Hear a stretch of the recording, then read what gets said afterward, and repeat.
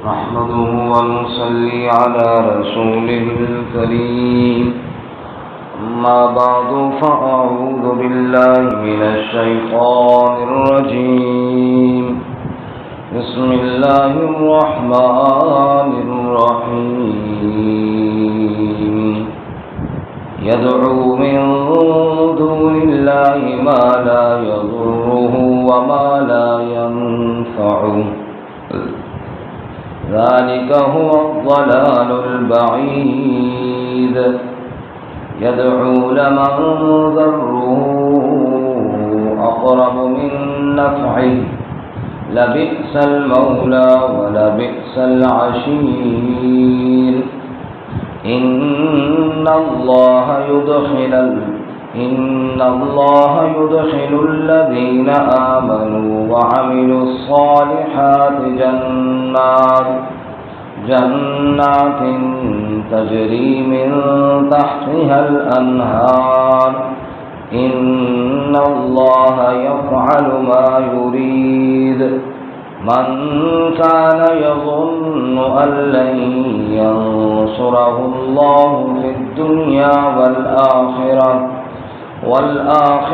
فليمدد بسبب إلى السماء ثم ليقطع فلينظر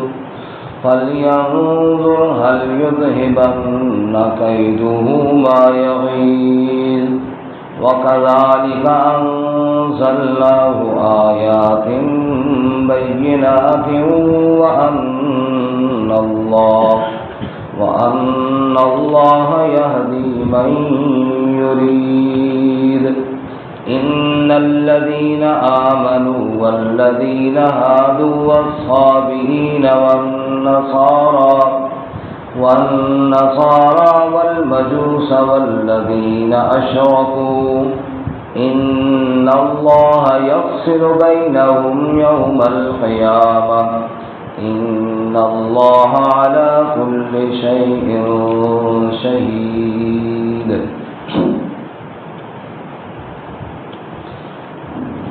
يدعو من دون اللہ پکارتا ہے اللہ کے علاوہ ما لا يضره وما لا ينفعه جو نہ نقصان پہنچا سکتے ہیں اس کو اور نہ نفع دے سکتے ہیں اس کو ذالک هو الضلال البعید یہ دور کی گمراہی ہے یدعو لمن ضره اقرب من نفعه پکارتا ہے کہ ان کا نقصان زیادہ قریب ہے ان کے نفع سے لبئس المولا ولبئس العشیر بہت برا ہے کارساز اور بہت برا ہے رفیق ان اللہ یدخل الذین آمنوا وعملوا الصالحات بے شک اللہ تعالی داخل کرے گا ان لوگوں کو جو ایمان لائے اور نیک اعمال کیے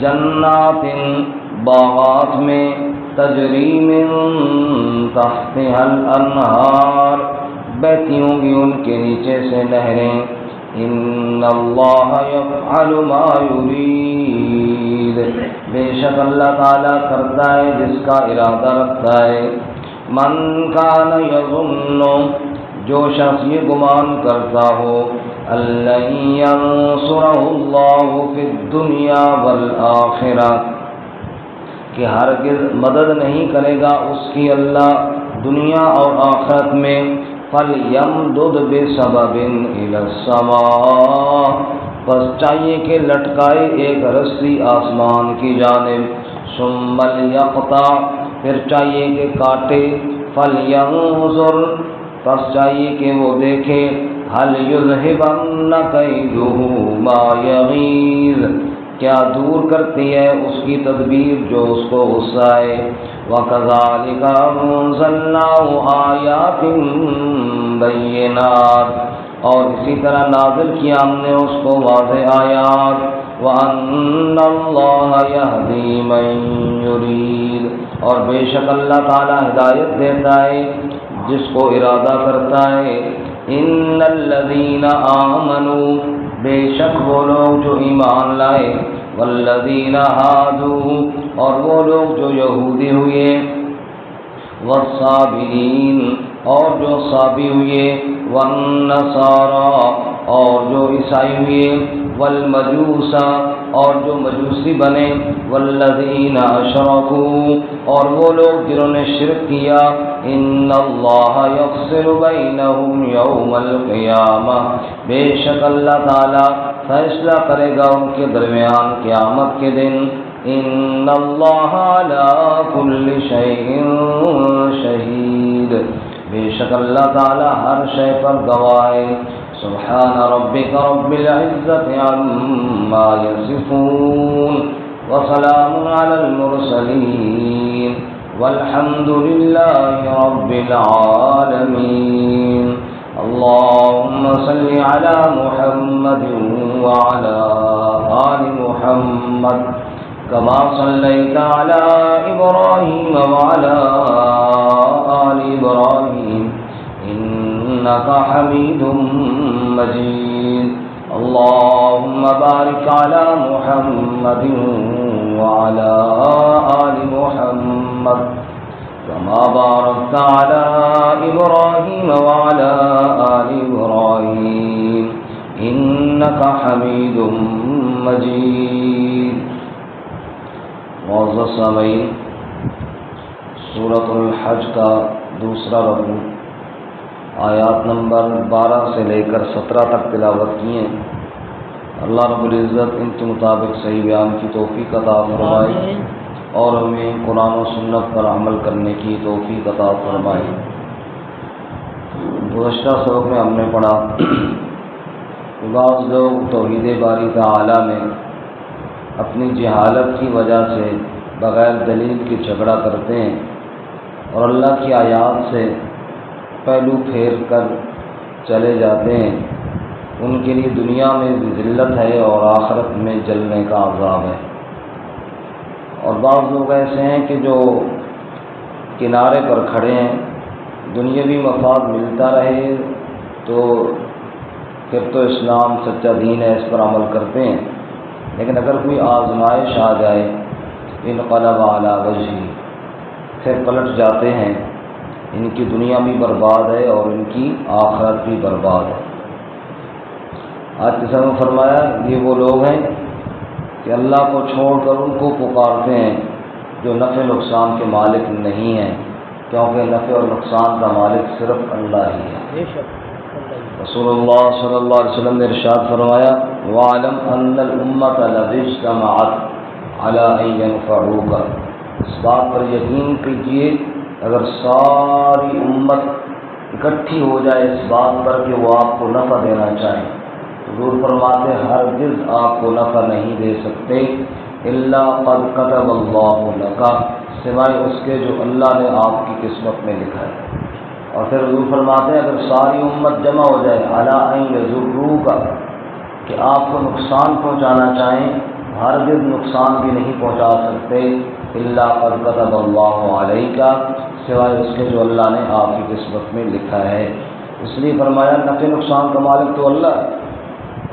اور اللہ اپنے حبیب حضرت محمد رسول اللہ صلی اللہ علیہ وسلم سے فرماتے ہیں، نام پارے میں آیت ہے، اے میرے حبیب آپ فرما دیجئے لا املک لکم ضرا ولا نفعا الا ما شاء اللہ، کہ میں بھی تمہارے نفع نقصان کا مالک نہیں، بلکہ قل لا املک لنفسی، میں اپنی ذات کے نفع نقصان کا بھی مالک نہیں ہوں، سب کے نفع نقصان کا مالک صرف اور صرف اللہ ہے۔ لہذا پکار کے لائق بھی اللہ ہی کی ذات ہے، جیسا کہ اللہ تعالیٰ نے سورۃ الرعد میں فرمایا لہو دعوت الحق، سچی پکار اللہ ہی کی ہے۔ اور اللہ کے علاوہ جو غیر اللہ کی پکار کرتے ہیں ان کی مثال ایسی ہے اللہ کباسط کفیہ الی الماء لیبلغ فاہ وما هو ببالغہ، جیسے کوئی پیاسا آدمی کنویں کے کنارے کھڑا ہو کر پانی کو پکارتا رہے کہ پانی تو آ جا اور میرے منہ میں آ جا اور میری پیاس بجھا دے۔ اللہ فرماتے ہیں جیسے وہ نادان جو پانی کو اس لیے آواز دیتا رہے کہ تو آ جا اور میری پیاس بجھا دے، تو پانی کبھی خود چل کر اس کے منہ میں نہیں آئے گا، اور اس کی یہ ساری فریاد رائگاں چلی جائے گی۔ ایسے جو اللہ کو چھوڑ کر کسی اور کو پکارے گا اس کی ساری فریاد بھی رائگاں جائے گی، کیونکہ نفع نقصان کا مالک صرف اللہ ہی ہے۔ اس لیے فرماتے ہیں یدعو من دون اللہ، پکارتا ہے وہ اللہ کے علاوہ کن کو؟ ما لا یضرہ وما لا ینفعہ، جو اس کو نقصان بھی نہیں دے سکتے اور نفع بھی نہیں دے سکتے۔ ذالک هو الضلال البعید، یہ بڑی گمراہی، دور کی گمراہی ہے جو اللہ کو چھوڑ کر غیر اللہ کی پکار کرے۔ سورۃ الاحقاف میں فرمایا وَمَنْ أَضَلُّ مِمَّنْ يَدْعُو مِن دُونِ اللَّهِ، اس سے بڑا گمراہ کون ہوگا جو اللہ کو چھوڑ کر غیر اللہ کو پکارے؟ اس سے بڑا گمراہ کوئی ہے۔ مَن لَّا يَسْتَجِيبُ لَهُ إِلَىٰ يَوْمِ الْقِيَامَةِ، پکاریں بھی ان کی کرتا ہے، قیامت تک پکاریں کرتا رہے، انہوں نے کوئی جواب کیوں؟ وَهُمْ عَن دُعَائِهِمْ غَافِلُونَ، انہوں نے کیا جواب دینا ہے، وہ تو اس کی پکاروں سے بے خبر اور غافل ہیں۔ اس لیے فرماتے ہیں اس سے دور کی گمراہی اور کوئی نہیں ہوگی جو اللہ کا در چھوڑے اور غیروں کو پکارے۔ یدعو لمن ضرہ اقرب من نفعہ، کوئی کام انسان کرتا ہے نا جی، اس میں دو پہلو ہوتے ہیں، خیر بھی ہو سکتی ہے، نفع بھی ہو سکتا ہے، نقصان بھی ہو سکتا ہے۔ مثلا بندے نے دکان ڈالی ہے، کوئی کاروبار شروع کیا ہے، سوچ رہا ہے چلو جی نفع نقصان دونوں ہو سکتے ہیں، لوگوں سے مشورہ کرتا ہے، زیادہ چانس نفع کے ہو تو وہ کام شروع کرتا ہے بندہ۔ اللہ فرماتے ہیں جنہوں نے غیر اللہ کو پکارنا شروع کیا اس میں زیادہ چانس ہے ہی نقصان کے، اس میں کفر و شرک ہے تو نقصان نہیں تو اور کیا ہے، اس میں نفع تو ہے کوئی نہیں۔ یدعو لمن ضرہ اقرب من نفعہ، پکارتا ہے کہ جس پکار کا نقصان اقرب من نفعہ، نفع کے زیادہ قریب ہے، یعنی نقصان زیادہ قریب ہے، نفع قریب نظر کوئی نہیں آتا۔ ایک بزرگ کا قول ہے، مجھے یاد نہیں کس کا ہے، کہتے ہیں استعانت المخلوق بالمخلوق کا استعانت المسجون بالمسجون، فرمایا مخلوق سے مدد مانگے، اس کی مثال ایسے ہے جیسے ایک قیدی دوسرے قیدی سے رہائی مانگے، وہ بھی جیل میں ہے یہ بھی جیل میں ہے، اس کو کہہ رہا ہے یار تم مجھے رہائی دے دینا، جو خود مشکلوں میں گھرا ہوا ہے وہ تیری کیا مشکل کشائی کرے گا۔ اس نے فرمایا یدعو لمن ضرہ اقرب من نفعہ لبئس المولا ولبئس العشیر، برا ہے کارساز اور برا ہے مددگار، جس کو تو پکار رہا ہے وہ تیرا کارساز نہیں، وہ تیرا مشکل کشا نہیں، کیونکہ مشکل کشا صرف کون ہے؟ اللہ۔ یہ مولا اور عشیر حسین فرماتے ہیں مولا اور عشیر دونوں کا معنی تو مددگار ہی ہو گیا، لیکن مولا سے مراد جو برتر ہو اور عشیر جو برابر ہو، فرمایا تیرے پائے کا ہو تب بھی تیری مدد نہیں کر سکتا، تو اس سے اونچی شان والا ہو تب بھی تیری مدد نہیں کر سکتا، سب کی مدد کرنے والا صرف اللہ ہے۔ جیسا کہ سورۃ الرحمن میں فرمایا یسألہ من فی السماوات والارض، آسمان والے بھی اس سے مانگیں، زمین والے بھی اللہ ہی سے مانگیں، کل یوم ہوا فی شان، ہر وقت ایک نئی شان کے اندر ہے، سب کی حاجتیں پوری فرما رہا ہے، اس لیے اللہ ہی مددگار ہے۔ ان اللہ یدخل الذین آمنوا وعملوا الصالحات، بے شک اللہ تعالی داخل کرے گا ان لوگوں کو جو ایمان لائے اور نیک اعمال کیے، جنات تجری من تحتها الانہار، ایسے باغات میں جن کے نیچے سے نہریں بہتی ہوں گی۔ اور اللہ تعالیٰ نے فرمایا سورہ محمد صلی اللہ علیہ وسلم میں مثل الجنت التي وعد المتقون، اس جنت کی مثال جس کا اللہ تعالیٰ نے متقین سے وعدہ کیا ہے، فیہا انہار من ماء غیر آسن، اس میں ایسے پانی کی نہریں ہیں جو پانی کبھی بدمزہ نہیں ہوگا، وانہار من لبن لم یتغیر طعمہ، اور ایسے دودھ کی نہریں ہیں جس کا ذائقہ کبھی تبدیل نہیں ہوگا، وانہار من خمر لذۃ للشاربین، اور ایسے شربت کی نہریں ہیں جو پینے والوں کے لیے لذیذ ہوگا، وانہار من عسل مصفا، اور خالص شفاف شہد کی نہریں ہوں گی۔ اللہ نے یہ ساری نہریں اپنے بندوں کے لیے جاری فرمائی ہیں۔ یہاں پہ فرمایا تجری من تحتها الانہار، نیچے نہریں بہتی ہوں گی۔ ان اللہ یفعل ما یرید، بے شک اللہ تعالیٰ وہ کرتا ہے جس کا ارادہ رکھتا ہے، جو چاہے وہ کر دے، اسے کوئی روکنے والا نہیں ہے، جو چاہے سو کر دے، اس کے ارادے کو کوئی ٹال نہیں سکتا، سب کچھ کرنے والا کون؟ اللہ۔ اور سورہ یاسین کے آخر میں کیا فرمایا؟ انما امره اذا اراد شيئا ان يقول له كن فيكون، فسبحان الذي بيده ملكوت كل شيء واليه ترجعون۔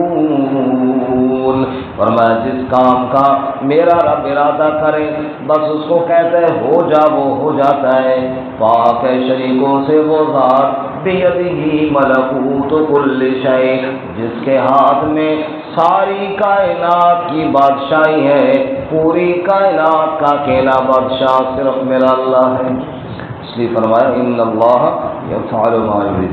اگلی آیت مبارکہ میں ایک تمثیل دی گئی ہے، مفسرین فرماتے ہیں یہ آیت مشکلات قرآن میں سے ہے، اس کا مفہوم پہلے سمجھ لیجیے پھر ترجمہ سنتے ہیں۔ مفہوم یہ ہے، اس کی ایک تفسیر تو مفسرین نے فرمائی کہ رسول اللہ صلی اللہ علیہ وسلم کے مخالفین اور آپ صلی اللہ علیہ وسلم سے حسد کرنے والوں کے لیے آئے، من کان یظن ان لن ینصرہ اللہ، جو شخص یہ سمجھتا ہے کہ اللہ اس کی مدد نہیں کرے گا، ینصرہ کی ضمیر کا مرجع رسول اللہ صلی اللہ علیہ وسلم کی ذات ہے، یعنی اگر وہ کہتا ہے کہ اللہ حضرت محمد صلی اللہ علیہ وسلم کی مدد نہیں کرے گا دنیا اور آخرت میں، تو جس شخص کو یہ ہے تو وہ ایسے کرے، ایک رسی لٹکائے آسمان میں، جو کہ سما کا لفظ بلندی کے لیے بولا جاتا ہے، اوپر کہیں آسمان میں لٹکائے یا اوپر کی جگہ پہ لٹکائے، پھر اسے کاٹے اور پھر دیکھے کیا اس کا غصہ ختم ہوتا ہے یا نہیں۔ یعنی اپنے الفاظ میں جو کہتے ہیں نا، بندہ کوئی جل رہا ہو، حسد کر رہا ہو کہ تم سڑ من، تم مر من، تم اوپر رسی کے ساتھ لٹک کر مر جا، تو تیرے کہنے سے تو کچھ نہیں ہوگا، بات وہی ہوگی جو رب چاہے گا۔ یعنی اگر تم یہ سمجھو کہ اللہ اپنے نبی صلی اللہ علیہ وسلم کی مدد نہیں کرے گا، تم رسی کے ساتھ لٹک جاؤ اور مر جاؤ، اللہ اپنے نبی کی مدد ضرور کرتے ہیں۔ ایک مفہوم اس کا یہ ہے۔ بعض مفسرین فرماتے ہیں کہ اس سے فَلْيَمْدُدْ بِسَبَبٍ إِلَى السَّمَاءِ، کیونکہ حضور کی طرف جو وحی آتی ہے یہ تو آسمانوں سے آتی ہے، بلندی سے آتی ہے۔ جس شخص کو یہ ہے کہ اللہ اپنے نبی کی مدد نہ کرے، وہ اوپر چڑھے اور رسی کاٹ دے، مطلب وہ وحی کا سلسلہ اگر جرت ہے تو کاٹ لے، اللہ تعالیٰ تو اپنے نبی صلی اللہ علیہ وسلم سے تعلق کاٹنے والا نہیں ہے، اللہ تعالیٰ تو وحی کا سلسلہ ختم کرنے والا نہیں ہے۔ اگر کسی کے بس میں ہے وہ یہ کر سکتا ہے تو اوپر چڑھ جائے اور رسی کاٹ کے آ جائے، مطلب یہ وحی کا سلسلہ ختم کر کے آ جائے اگر وہ کر سکتا ہے۔ جیسے ہمارے ایک عالم سنا رہے تھے، کسی جگہ میٹنگ ہو رہی تھی کہ یہ آیات جہاد جو ہے نا، ان میں بڑی سخت باتیں ہیں قرآن مجید میں، یہ نہیں ہونی چاہیے۔ وہ عالم کہتے میں نے کہا بات تو ٹھیک ہے، یہ تو نہیں ہونی چاہیے، لیکن یہ بتاؤ کہ اب یہ تبدیلی کون کرے گا؟ ہے کسی کے اندر جرت جو کہے کہ اللہ تعالیٰ کی جو آیات ہیں ان میں تبدیلی کروں؟ فرمایا یہ کہاں سے کس کے اندر جرت آئے گی کہ وہ کہے کہ میں اللہ کے آیات میں تبدیلی کروں؟ اس لیے ہمارا کام اب تبدیلی والا نہیں ہے، جو اللہ نے نازل کی ہے اب ہمارا کام اس پر یقین رکھنا ہے اور اس پر عمل کرنا ہے۔ اور تیسرا اور آخری مفہوم جو مفسرین نے لکھا ہے وہ یہ ہے، من کان یظن ان لن ینصرہ اللہ، اس سے وہ شخص مراد ہے۔ اب آپ صلی اللہ علیہ وسلم والی بات یہاں سے نکالیں، ہر وہ شخص جو کسی مشکل میں ہے یا کوئی دین کا کام کر رہا ہے، لیکن اللہ پر اس نے امید رکھی ہوئی ہے کہ اللہ ضرور کسی نہ کسی دن میری مدد فرمائے گا اور اس مشکل سے مجھے نکالے گا اور میرے جو حالات خراب ہیں یہ ٹھیک ہوں گے۔ امید کس پر رکھی ہوئی ہے؟ اللہ۔ چلتے چلتے کہیں امید توڑ بیٹھا اور یہ گمان کر بیٹھا، لگتا ہے جی اللہ میری مدد نہیں کرتا، نعوذ باللہ من ذالک۔ بس امید ٹوٹی اللہ تعالیٰ سے تو بربادی شروع ہوئی، امید ٹوٹی تو بربادی شروع ہوئی۔ اللہ فرماتا ہے اس نے میری ذات پر امید رکھی ہوئی تھی اور پھر اس امید کو توڑ بیٹھا۔ اس کی مثال تو ایسے ہے جو رسی کے ساتھ لٹک رہا تھا، پھر رسی کاٹ دی گئی۔ ایک آدمی لٹک رہا ہو رسی کے ساتھ تو سہارا تو ہے نا، اور رسی کٹ جائے تو پھر نیچے گرے گا، اور جس نے اللہ تعالیٰ سے امید کی رسی کاٹ دی ہے اب وہ ہلاکتوں میں گر جائے گا، بربادیوں میں چلا جائے گا، اور اس کو ان بربادیوں سے کوئی بچا نہیں سکتا۔ اللہ نے اپنی ذات پہ کامل یقین نصیب فرمائے۔ سنیے، من کان یظن، جو شخص یہ گمان کرتا ہو اللہ ینصرہ اللہ، پہلی تفسیر مطابق کہ ہرگز اس کی مدد، یعنی اس سے مراد رسول اللہ صلی اللہ علیہ وسلم، کہ ہرگز اللہ اپنے نبی صلی اللہ علیہ وسلم کی مدد نہیں کرے گا فی الدنیا والآخرہ، دنیا اور آخرت میں، فَلْيَمْدُدْ بِسَبَبٍ إِلَى السَّمَاءِ، بس چاہیے کہ وہ لٹکائے ایک رسی آسمان کی جانب، ثُمَّ لْيَقْطَعْ، پھر اسے کاٹے، فَلْيَنْظُرْ، بس چاہیے کہ دیکھے، هَلْ يُذْهِبَنَّ كَيْدُهُ مَا يَغِيظُ، یہ تدبیر اس کا غصہ ختم کرتی ہے یا نہیں۔ رسی لٹکائے پھر کاٹ کے گرے اور دیکھے کوئی غصہ ٹھنڈا ہو جائے کہ نہیں ٹھنڈا ہے، اور آرام ہے۔ یہ مطلب ہے اس حاسد اور اس نبی پاک صلی اللہ علیہ وسلم کے دشمن کے لیے۔ اب وہ آخری تفسیر جو میں نے کی ہے کہ جو شخص اللہ سے امید توڑ بیٹھے، اب دوبارہ اس آیت کو دیکھو اس تفسیر کے تناظر میں، من کان یظن، جو شخص یہ گمان کرتا ہے کہ اللہ ینصرہ اللہ فی الدنیا، کہ اللہ اس شخص کی مدد نہیں کرے گا دنیا اور آخرت میں، یعنی پہلے تو امید لگائی بیٹھے تھا، اب سمجھتے ہیں کہ اللہ مدد نہیں کرے گا، نعوذ باللہ، امید توڑ دی اللہ سے۔ من کان یظن ان لن ینصرہ اللہ فی الدنیا والآخرہ، جو یہ گمان کرے کہ اللہ اس کی مدد نہیں کرے گا دنیا اور آخرت میں، فَلْيَمْدُدْ بِسَبَبٍ إِلَى السَّمَاءِ، اسے کہیے اچھا اللہ نہیں مدد کرے گا تو ایک رسی لٹکا آسمان میں، پھر اس کو کاٹ، یعنی گر جا، بس دیکھ کیا یہ تدبیر تیرے غصے کو ختم کر سکتی ہے یا نہیں، یعنی اگر اللہ نہیں مدد کرے گا تو کون مدد کرے گا۔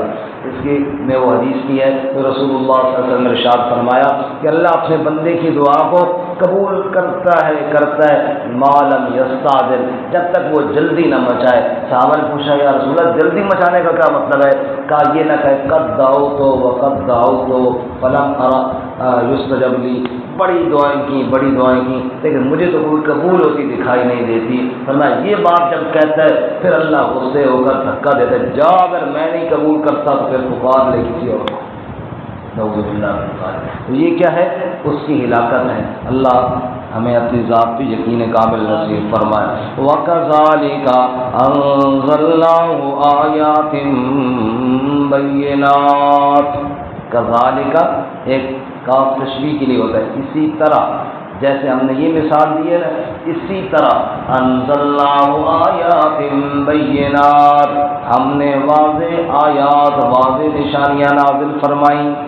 یہ ہو گیا کاف تشبیہ کے لیے، اور کبھی کاف ہوتا ہے کمال کے لیے۔ وَكَذَلِكَ، یہی تو ہماری قدرت کا کمال ہے، انزلناہ آیات بینات، ہم نے کتنی واضح آیتیں نازل فرمائی، یہ میری ہی قدرت کا کمال ہے۔ وَأَنَّ اللَّهَ يَهْدِي مَن يُرِيدُ، ہدایت اس کو ملے گی جس کو اللہ چاہے گا، لہذا اللہ سے ہدایت مانگو، ہدایت دینے والی ذات اللہ ہی کی ہے، اللہ کے علاوہ کوئی ہدایت نہیں دے سکتا، جیسا کہ سورۃ قصص میں فرمایا انک لا تہدی من احببت ولکن اللہ یہدی من یشاء، جس کو آپ چاہیں آپ ہدایت نہیں دے سکتے، ہدایت تو اس کو ملے گی جس کو کون چاہے؟ اللہ۔ اس لیے آگے چند گروہوں کا ذکر فرما دیا مثال کے طور پہ، ان الذین آمنوا، بے شک جو ایمان لائے، والذین ہادوا، اور جو یہودی ہوئے، والصابئین، اور جو صابی ہوئے، صابی بے دین۔ فرمایا کہ جب حضور اکرم صلی اللہ علیہ وسلم دعوت دے رہے تھے تو جو لوگ ایمان قبول کرتے مشرکین اس کو کہتے ہیں یہ صابی ہو گئے۔ کیا ہو گیا جی؟ صابی ہو گیا، صابی ہو گئے۔ وہ ایک شاعر کہتا ہے توحید سنانے والے کو کل اپنے صابی کہتے تھے اور آج وہابی ہونے کا الزام لگایا ہے۔ صابی اور وہابی ملتے جلتے لفظ ہے نا، اس وقت کیا تھا؟ کہتے صابی ہو گئے۔ فرمایا والصابین، جو صابی ہوئے، والنصارى، اور جو نصارى عیسائی، والمجوس، اور جو آتش پرست آگ کے پجاری، والذین اشرکوا، اور جو شرک کرتے ہیں، یعنی شرک کرنے والے تو سارے ہیں لیکن بعض لوگوں کا نام پڑ گئی مشرکین مکہ، ورنہ جو آگ کے پجاری ہیں مجوسی وہ بھی تو شرک کرنے والے ہیں نا، جو عیسیٰ علیہ السلام کو اللہ تعالیٰ کا بیٹا کہہ کے پکارتے ہیں وہ بھی تو شرک کرنے والے ہیں، لیکن والذین اشرکوا یہ مشرکین، ان کا نام بت پرستوں کا الگ سے پڑ گیا۔ ان اللہ یفصل بینہم یوم القیامہ، بے شک ان کے درمیان فیصلہ اللہ کرے گا قیامت والے دن۔ قیامت کا دن ہوگا جب حاکم میرا رب ہوگا، پھر اللہ پوچھے گا لمن الملک اليوم للہ الواحد القہار، اب بتاؤ کس کی حکومت ہے؟ کوئی کہتا تھا عیسیٰ علیہ السلام بچائیں گے، کوئی کہتا عزیر علیہ السلام بچائیں گے، کوئی کہتا فلاں صاحب بچائیں گے، وہ فلاں۔ لمن الملک اليوم، دنیا میں تم نے بڑی بڑی امیدیں لگائی رکھی ہیں، اب بتاؤ آج کس کی بادشاہت ہے؟ آج کا حکمران کون ہے؟ للہ الواحد القہار۔ آج سب کی حکومتیں مٹ گئیں، صرف کس کی حکومت باقی ہے؟ اللہ ہی کی حکومت باقی ہے، باقی سب کی حکومتیں ختم ہو گئی، بلکہ حکومت تو دور کی بات۔ من ذا الذی یشفع عنده الا باذنہ، کون ہے جو اس کی اذن کے بغیر، جو اس کی اجازت کے بغیر سفارش کرے؟ وہاں تو بات کرنے والا کوئی نہیں ہوگا۔ وخشعت الاصوات یومئذ فلا تسمع الا ہمسا، سب کی آوازیں دب جائیں گی، کوئی رب کے سامنے بات کرنے کی جرت نہیں کر سکے گا۔ وجاء ربک والملک صفا صفا، فرشتے بھی قطار کے اندر کھڑے ہوں گے، ساری کائنات کے انسان حتیٰ کہ انبیاء بھی قطار میں کھڑے ہوئے ہوں گے۔ لا یتکلمون، کوئی کلام نہیں کرے گا، الا من اذن له الرحمن، بات وہ کرے گا جس کو رحمان اجازت دے گا۔ وقال صوابا، بات بھی درست کرے گا، اللہ کی مرضی کے خلاف کوئی بات نہیں کر پائے گا۔ اس نے فرمایا ان اللہ یفصل بینہم یوم القیامہ، بے شک اللہ فیصلہ فرمائے گا ان کے درمیان قیامت کے دن۔ ان اللہ علی کل شیء شہید، بے شک اللہ ہر چیز پر گواہ ہے۔